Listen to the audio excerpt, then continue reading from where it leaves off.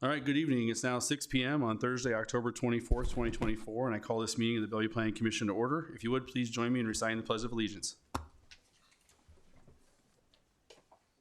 pledge allegiance to the flag of the United States of America and to the republic for which it stands, one nation, under God, indivisible, with liberty and justice for all. All right, thank you. Before we get started tonight, we have a special guest here. I was going to ask Mayor Hike if he wants to come up and let us know why he's here tonight.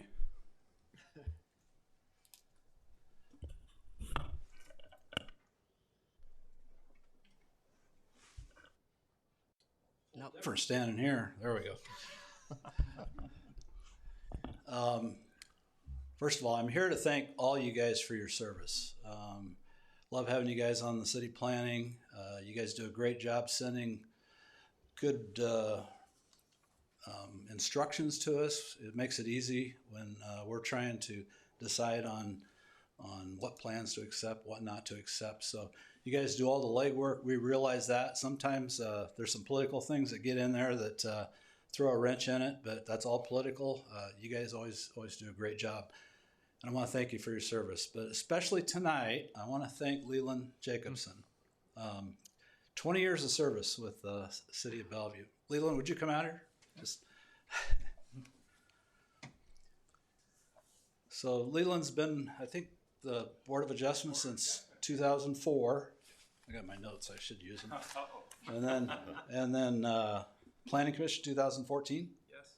So 10 years and basically 10 years, so 20 years. So Leland is always willing to help. He calls me. He lets me know if he sees an issue at MAPPA. He lets me know what's going on. So I love that contact. And he is out there working for the city of Bellevue, and you always have. And we really appreciate that. And Bellevue is very fortunate to have someone like you serving for the city. I just want to go over a couple things just so we don't miss anything. But so he was on the Board of Adjustment June 2004 to February 2013. Planning Commission, April 2013 to October 2024. Vice Chair, 1021 to 1022, and Chair, 2016, 2017, 2018. Does that sound right? Yep. All right, for the record. He serves on the Citizen Complete Streets Advisory Panel since April 2017 to tonight. MAPPA Heartland 2050 Regional Planning Advisory Committee. The MAPPA Infrastructure Committee. The MAPPA Safe Streets for All Safety Committee. Technical Committee Comprehensive Plan and Transportation Plan 2023 to 2024. The Parks Master Plan Technical Committee. Did you forget about any of these? Or? Design Review Board, 2014 to present. And I think you went to Leadership Bellevue? I did. All right. So that's amazing service. And how much money did you make doing all that stuff? A bucket full of satisfaction. All right, and we really appreciate it. And I don't do this too often, and I'm very careful with these, but I want to award you the Jewel of Bellevue tonight. Oh my gosh, thank you.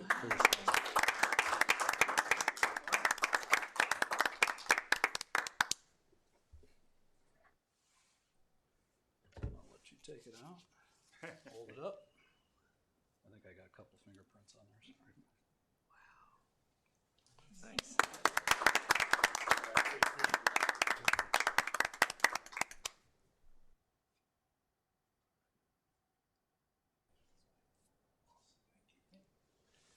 Thank you. Thank you. Thank you, Gene. We're going to give your husband back to you. A little more time. So we really appreciate what he's done for the city of Bellevue, and what you've done has not gone unnoticed. Appreciate that. Without the help of staff and the Plan Commission and everybody in Bellevue, we wouldn't have made the headway we have. Yep. Bellevue has really grown from 20,000 people to second largest city in the region, third largest in the state. Yep. And it's the contribution of everybody that I've had a good chance to work with over the years. Yep. Bigger than Council Bluffs now.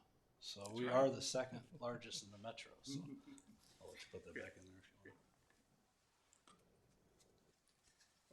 Thank you very much. All right, I'm gonna make you take a few more pictures if you don't mind. Would you take a picture of these two gentlemen, please? Go up in front of the Yeah, we're gonna do it up in front of the All right. board here. And then I'm also gonna get one with the whole planning commission. You guys got Clear that? out. That one be in the background photo bombing. You guys back out over here real fast. Just for a second. Look at them move. Everyone's scurrying. Look like a bunch of rats coming out of the sewer. Now we'll have everybody's running. All right, so. Yeah, now Tom, you have to come out here. Man, you've worked a long time with him, so I'm not gonna unless you don't want to. Tammy should though. Get Tammy in there. Make sure you get Taylor, I'm gonna have you stand. I'm gonna put you in the, now that's fine. All right, here we go. Awesome, thank you very much.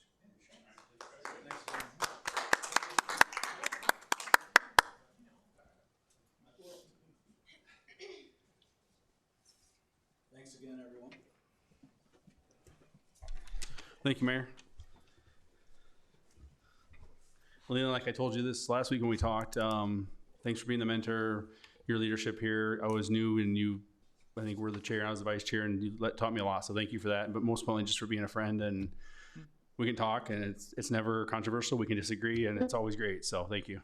It's been a good discussion. The Planning Commission has, with Tammy's leadership and staff leadership, really upped its game. As I say, Bellevue has really stepped forward into the size of the city that it is and can be. And it's because of the people I've been around to make that happen. So thanks again. For the kind words. And thank you, Leland. I just want to echo everything that's been said. But again, as the mayor mentioned, you don't get rich doing this job. And you spent more hours than we can count volunteering and wearing a number of hats for us. And so it truly is very much appreciated. And for the commissioners, in case you didn't realize, Leland has decided to retire from Planning Commission. So he's still going to stay on with us in a limited capacity in a couple different boards that he serves on, but this will be his last Planning Commission meeting. So after 20 years of being up here. Yeah. All right. Yeah. Yes.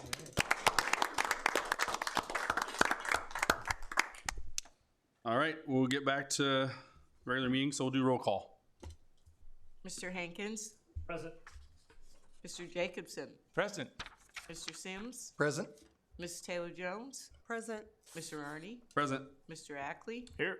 Mr. Lassenberg, Present. Mr. Bennett, Mr. Perrin.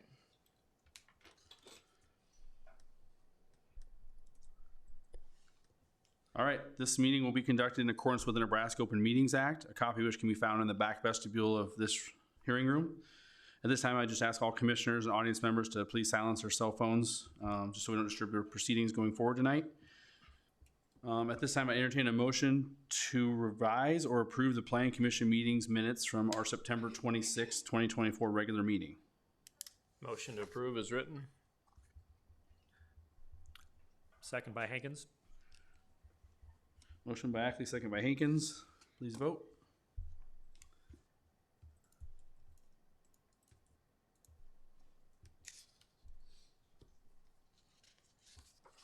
All voted yes, motion carried. All right, at this time now, I'd like to accept into the records all staff reports, attachments, memos, and handouts regarding each application. Staff, any updates tonight? No updates. All right, commissioners?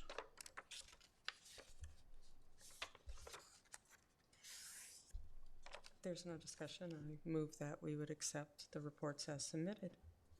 Second by Lassenberg. Motion by Taylor Jones, second by Lassenberg. Please vote.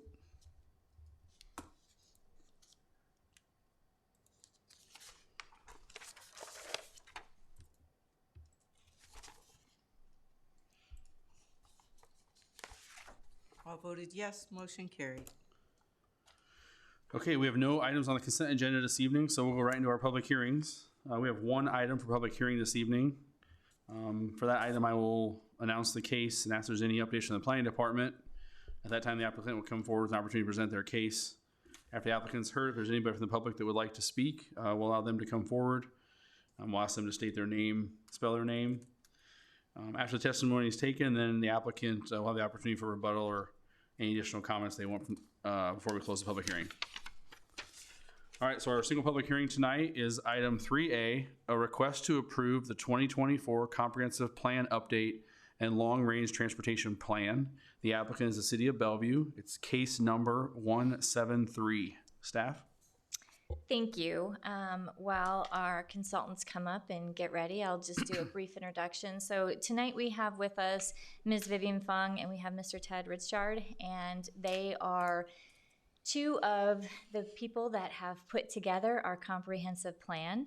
Our prior comprehensive plan was done in 2008, so it was becoming outdated, and about a year and a half ago, staff decided that it was time for a refresh. So we brought Olson Studio on board, and over the last 12 to 14 months, we have done an extensive process. We saw the need. We needed a coordinated and consensus-built vision for the future of Bellevue. This document is extremely important. I always call it one of the most important documents that we have. We use it on a daily basis, and it's very important that it meets our needs. We also needed clear next steps for growth and development, and we wanted a step-by-step action plan designed specifically for us. So that was the need, and that was what we asked Olson to do for us. The process over the course of the last about 12 months, we've done extensive engagement, including multiple advising bodies to inform the plan. We've also had Olson do extensive data analysis, including understanding of market conditions and the built environment. And this was to all designed to help us process, to develop, and refine the ideas. The plan itself contains vision, values, goals, and strategies for our future. It covers topics such as land use, development, placemaking, transportation, and more. And it's a complete action plan ready to be used. So the idea is, no, this is not a document that sits on the shelf.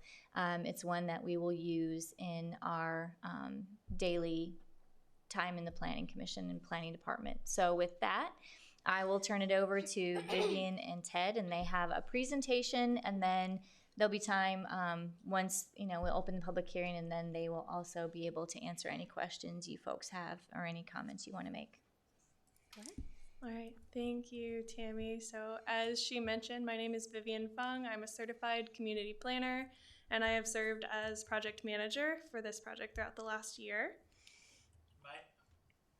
My name is Ted Richard. I'm a civil engineer by education, but a transportation planner through years of experience, and I wanted to thank you for the pleasure of working on your comprehensive and transportation plan. Truly, the engagement process was one of the most remarkable planning processes that we've been through. Your community's been very, very engaged, and we very much appreciate it. All right, so we mentioned it briefly, but our goals with this is to review the planning process, just a refresher on how we got here, present the core recommendations of the plan, get your feedback, hear your thoughts, discuss next steps, and then hopefully move to approval. So we're going to start with the process. Many of you were involved in this planning process, so this will be a refresher. We went through first a discovery and understanding process. So this is where we really did our homework on where you all have been and how you've gotten to where you are today, through an existing conditions analysis, a thorough economic and market study, multiple site visits, a photographic inventory and assessment of demographics, policy review, and an analysis of existing plans. So that's our first step, is really just understanding where have you been, where are you today. We have kind of the second phase here, which lasted the life of the project, was engagement and communications. So reaching out to the Bellevue community through a number of marketing and communications techniques, including a project website that has been live throughout the entirety of this process, social media promotion, Bellevue TV promotion, press releases, printed mailers, you name it. We also have done an extensive community engagement process, as you guys were a part of. So we had the formation of a stakeholder committee as well as a technical committee as kind of our advising bodies throughout the life of the project. Those people were committed to the development of the plan and the refinement of the plan. And a number of in-person and virtual engagement opportunities and workshops. So that included our visioning workshop at the very beginning, our virtual and in-person open houses, our charrettes, our workshops. So all of that coming together to result in thousands of bits of data and impressions and pieces of information that we use to develop the plan. And we were working through community engagement, how that fits with the data analysis and the recommendations. So kind of the third phase here was idea generation, plan development, and refinement. So this is our process of taking what we've heard from the community, what we know from the market study, what we know from the data analysis, and generating ideas. So if you were part of our charrette, you saw us putting pen to paper in a very iterative process. That process continued beyond the charrette as we kind of moved from pen and paper to digital mapping and into the final document. So development of a vision and values, plan recommendations, maps and graphics, and then we went through a number of quality control measures, both internally and externally to Olson. So the efforts that we took to make sure that what we are generating aligns with your community's vision. So that included reviews with the technical committee, the stakeholder committee, the public through the second public open house, as well as city staff. Excuse me. And then finally here, the last step, positioning for implementation. So of course, we developed the plan recommendations, the goals and strategies. Now we want to pivot to how does this actually happen? So we worked to create a thorough, detailed action plan. We'll talk about that a little bit later, with a hot list and a funding playbook. Those pieces went through city staff revisions, this planning commission meeting, and will go to city council. All of this all positioning us for plan adoption and then eventual implementation. So the use, like Tammy mentioned, of the plan as a guidebook and a decision-making tool rather than a plan that sits on a shelf. So those were our steps for the planning process. We want to now talk about the plan itself. And we'll start with the big picture. So the document is set up in a flow of information, the top of which is our vision, our community vision, what we value, what our goals are, what our strategies are, and how we get it done with actions. And you'll see that in the document itself as well as our presentation here. So we worked with the community and with you all to develop a vision statement. This is our community vision statement as part of the comprehensive plan. And it includes some keywords like preservation of heritage, inviting growth, inclusive and reliable mobility options, and it's meant to capture the vision for the future. We also went through the development of values. So these are the things that the community holds dear. We have community values here, as well as transportation values. There they are. So these things are meant to capture the comprehensive plan piece as well as the long-range transportation plan piece, because this does serve both purposes. And then we get to recommendations. So we're going through the flow of information, going through the pyramid, and now we're to recommendations. And we're going to go through the 4 sections of the plan and kind of what the big ideas are. We're going to go through it at a pretty high level, and we can dive deeper in Q&A. So hopefully if you had a chance to do your homework, you saw in the document, each chapter starts with a big ideas graphic. This is our way of capturing what are our aspirations for each topic area. So our first topic area being land use, development, and economic health. What does Bellevue want for the future of these things? You'll see things here like focused areas of investment being a core big idea in the plan, bridging the gap between old and new development, strategic growth and annexation, spurring investment, varied densities of development, unique attractions, things like this. These are the big ideas. So this is meant to be kind of what we're thinking for the future of land use. First in that chapter is the growth framework. So our growth framework provides tiers of priority level for growth of Bellevue. So this is a dialogue that we had ongoing with the community about what's next outside of city boundaries. So you'll see those 4 kind of tiers there. The first one being red, the second being yellow, light blue, and then the dark blue. So we're recommending very conscientious development that unlocks economic development potential while still maintaining a high standard of care. That's core to the document. Consideration of those MCAs is also a critical piece of understanding growth in Bellevue, and our recommendations capture that, as well as appropriate density over time. So there's a whole dialogue about what does density look like, what's appropriate, and how does that fit into the future. We also have future land use framework here. So recommendations for land use, of course, have to be reinforced through growth, preservation, and development. It impacts all of the decisions that you all make in this room. So you'll see a few key changes to maybe land use patterns that exist today, including concentrations of industrial development on the southeast side of town, new mixed-use development in some key pockets, including kind of the west side and on Fort Crook, new mixed-use transit-oriented development, or TOD, around Bellevue University. We'll talk a little bit about that, and new mixed-use commercial development in the south side, which you all, of course, are aware of.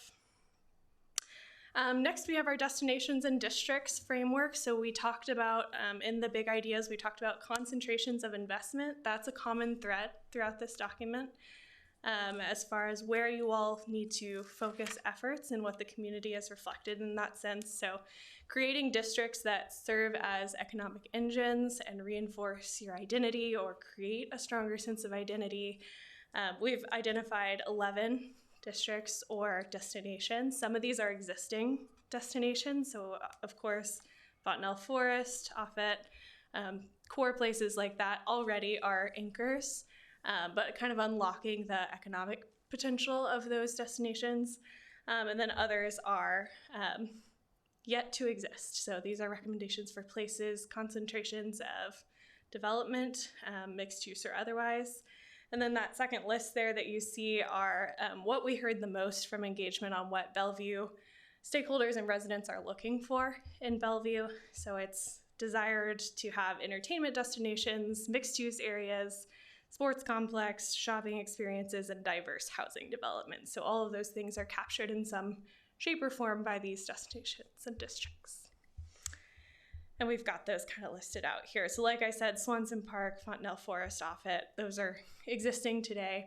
And then there's kind of the new reimagined areas like the Industry and Innovation District, Newtown, which of course you all are master planning, University Village, and what that can be as a TOD around Bellevue University.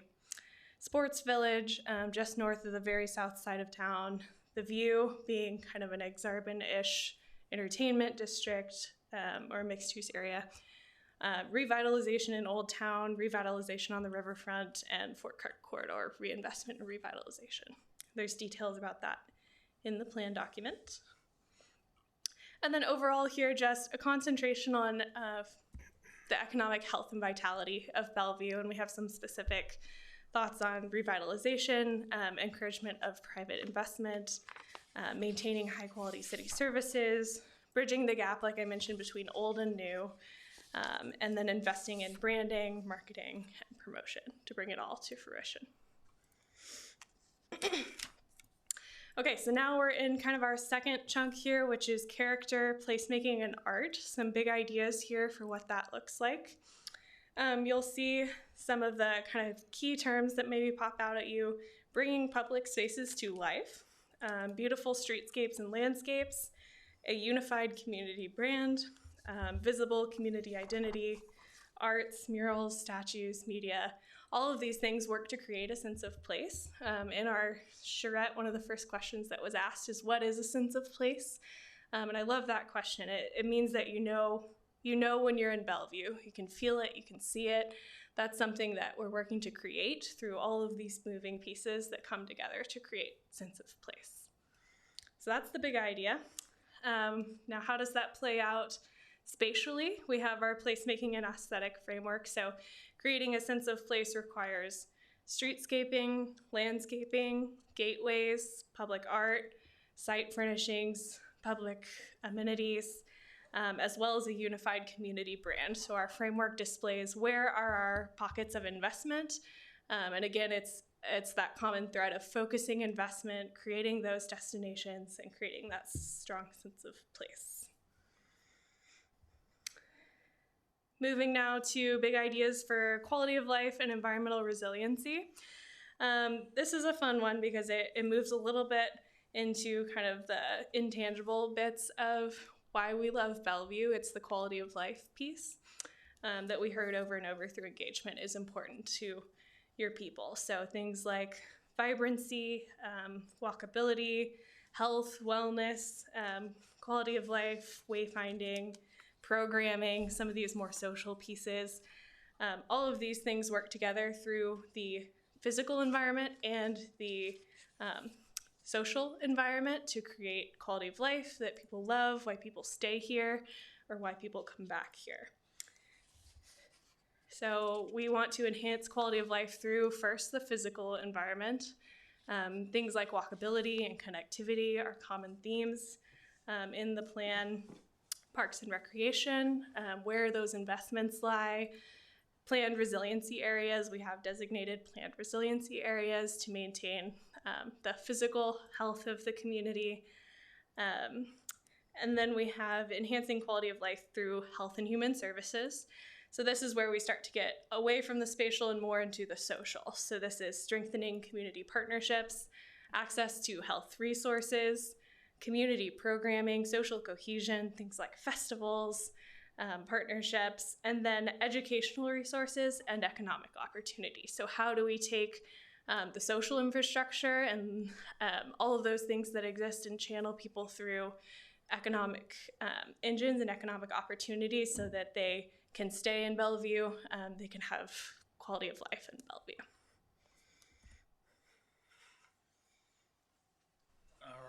All right, thank you. One of the other elements of the plan, which is actually pretty unique, and that is that we developed a comprehensive plan and a long-range transportation plan. Rarely do those two events happen at the same time, so this was actually very refreshing.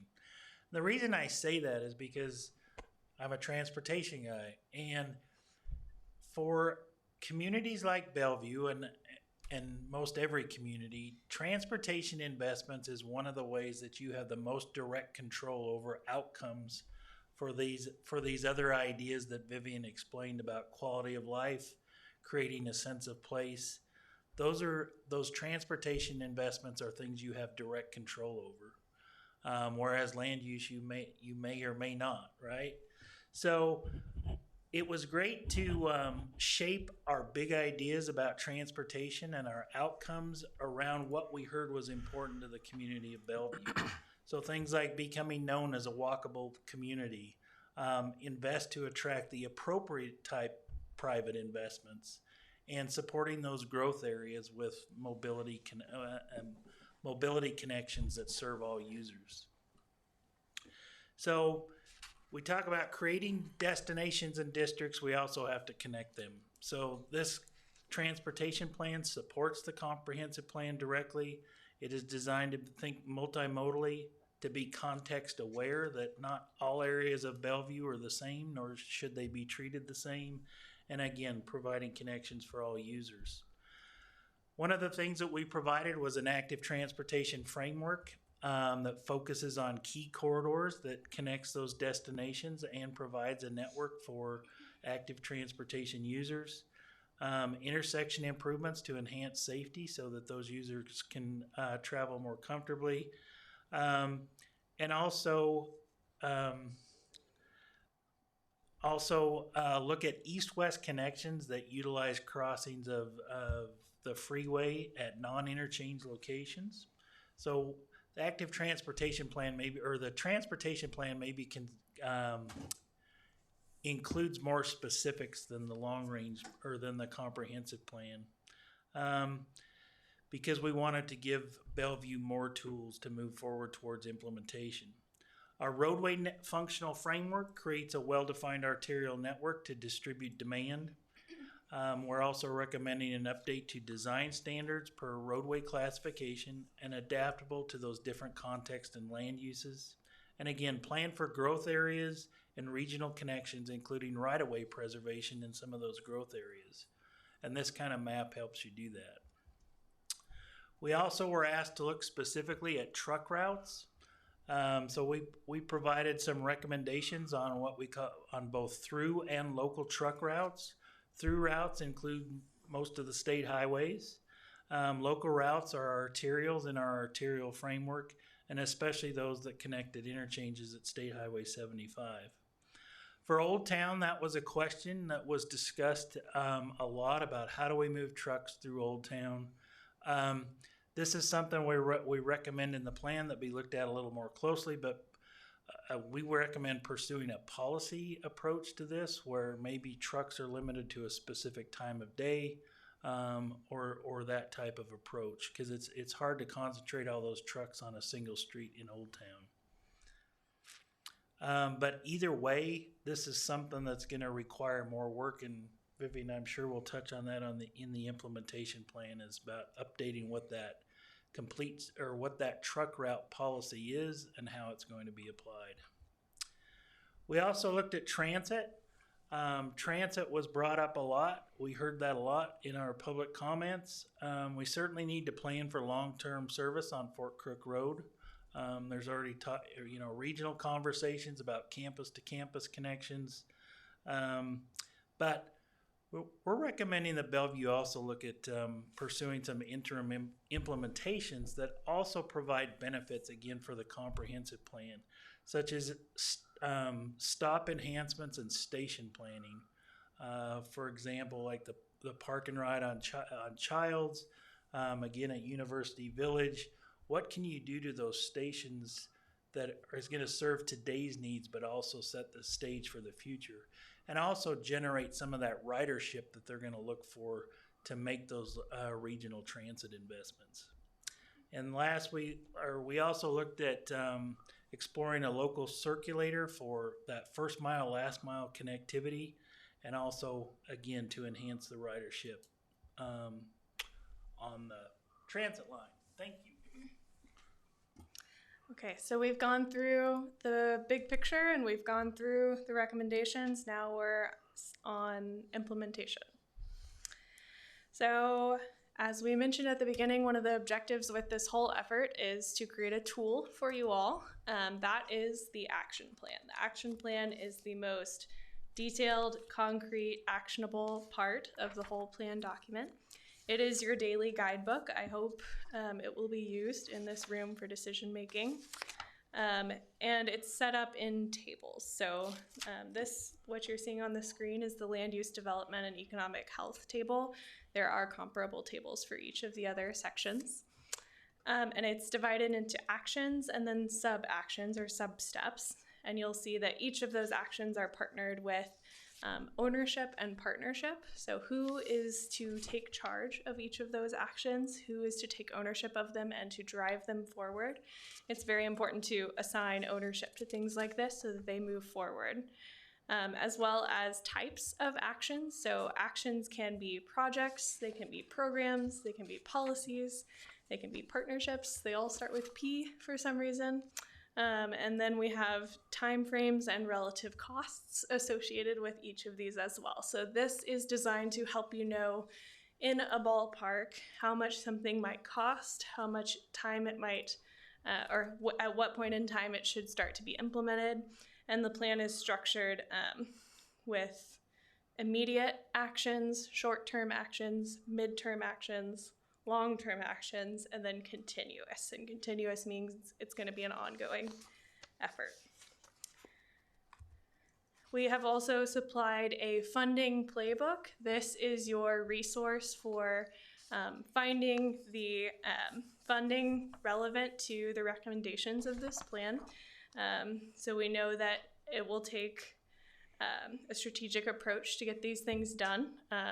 And so the funding playbook is your guide for local investments, state opportunities, and federal opportunities available to you all in our market, or our funding experts have put this together for you. And then finally, and maybe my favorite piece, is the hot list. The hot list is the top 10 things from the action plan that you can start doing today to continue the momentum of the planning effort, and to look for quick, visible wins that continue to build on that momentum, keep the community excited, and spur further action. So these are 10 items. They're not listed in any specific order outside of the fact that they're all listed as immediate. And those little red diamonds that you see, they're embedded throughout the action plan to represent those immediate actions. So with that, our note is, let's get started. Next steps for the plan is, of course, hopefully moving to City Council for adoption and then implementation. So that is our presentation of the comprehensive plan and long-range transportation plan, our future view. And we would love to move to questions and discussion or public comment. I'm just going to open the public hearing. We have to do that. So I'll go ahead and open the public hearing. Is there anybody here tonight to speak on the comprehensive plan? Seeing no one, we'll close the public hearing. So now we can talk, and nobody's here else outside of this group. So commission, questions, comments, thoughts? Good job on the presentation. Thank you.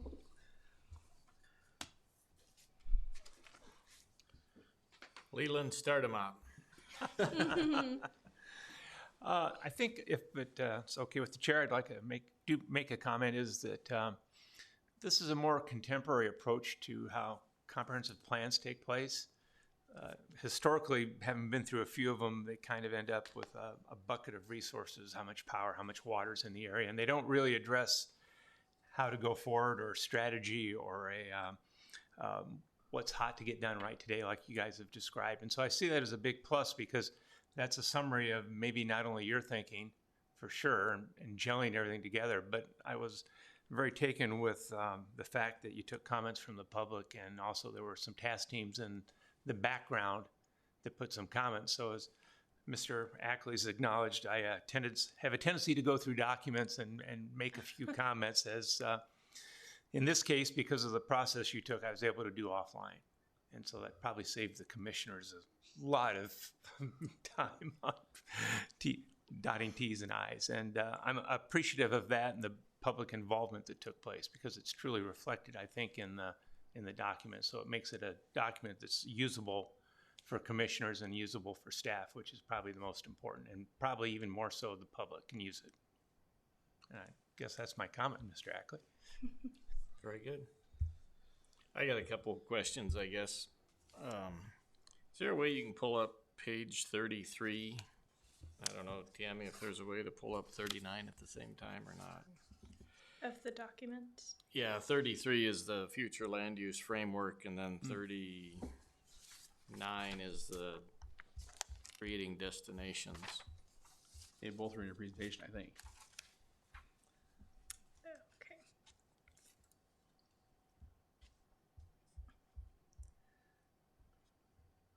$33, future land use. Okay, so if we look at that new town area down below in pink, see how that kind of goes to a triangle to the left, and I guess that's where if you then flip to 39, basically some of these are colored slightly different than the destinations district, and I'm wondering if maybe some of the coloring needs to match up between 33 and 39 on just a couple of them. So you can see how that triangle gets left off on that, Yes. the lighter blue, or is there reason for that? Yes, so the reason for that in this instance is that the boundary, the city boundary is right here. So this area was recognized as a growth area for Bellevue. So we can expand it out to here if you think that that makes sense. But we've kept it inside the city boundary for the districts and destinations map. So upon annexation, it becomes, okay. Same question, on the right side, Fontenelle Forest there, a little below that. So the light green shading leaves a little bit up in that upper part versus, again, you go back to page 33 and the green shading on the Parks and Rec goes all the way to the top. Again, there's either a reason for that or we just need to maybe shade differently. Sure. Yeah, I think some of these are just very minimal decisions about, land use versus what's a district, but we can better align those two in particular if you're interested in that. I guess, Tammy, ultimately, from a planning commission standpoint, if somebody comes in, we basically look at page 33, don't we, and say, does it fit the future land use? And then we either amend the land use plan if we do something different, or we tell somebody, geez, this doesn't quite match up with what we had envisioned for that area. Correct. So page 33 is the more important one. Depends on how you look at it, but yes, just like Vivian said, one is the future land use map, the other one is showing the very specific districts, so that's why there's a little bit of a difference. But if you think that it's confusing, we can change it. Nope, just a curiosity. Okay. And I think functionally, the land use map, of course, will guide your probably more regular decision making versus the districts and destinations might guide your mass if you decide to do area planning in the future, which I would advise, a second look at each of those boundaries based on the urgency with which you start to do area planning. But if you think, like you mentioned, if you think that Newtown, which is currently being master planned, if that extends out to that west side, that's an easy fix. Again, if the mantra is we keep it within current city limits, it makes sense, although it is in the extraterritorial zoning, I guess. Right. So Yes. So I'll leave that to Tammy. okay. That's a judgment call. However you think you will use it is really the most important thing. And I think my only other question is on page 135, 136. Let's get 100 pages in there.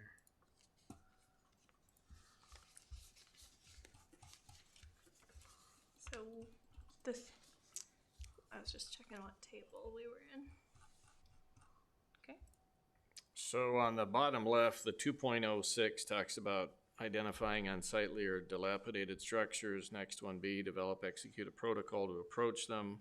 Those are both listed as short-term.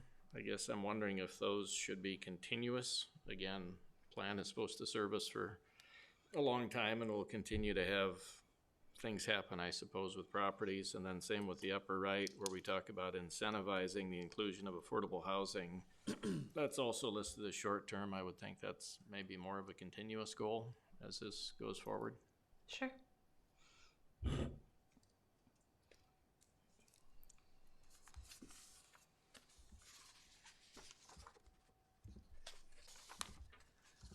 That's all I had.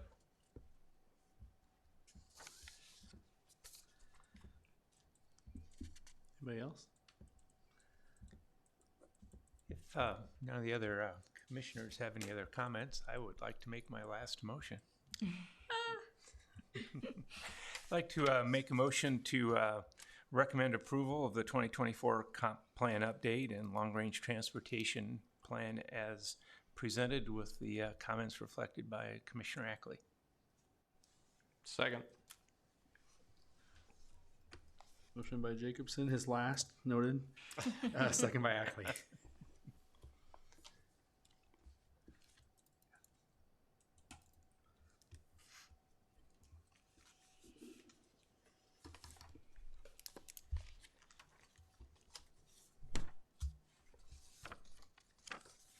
Hankins, Jacobson, Sims, Taylor-Jones, Arnie.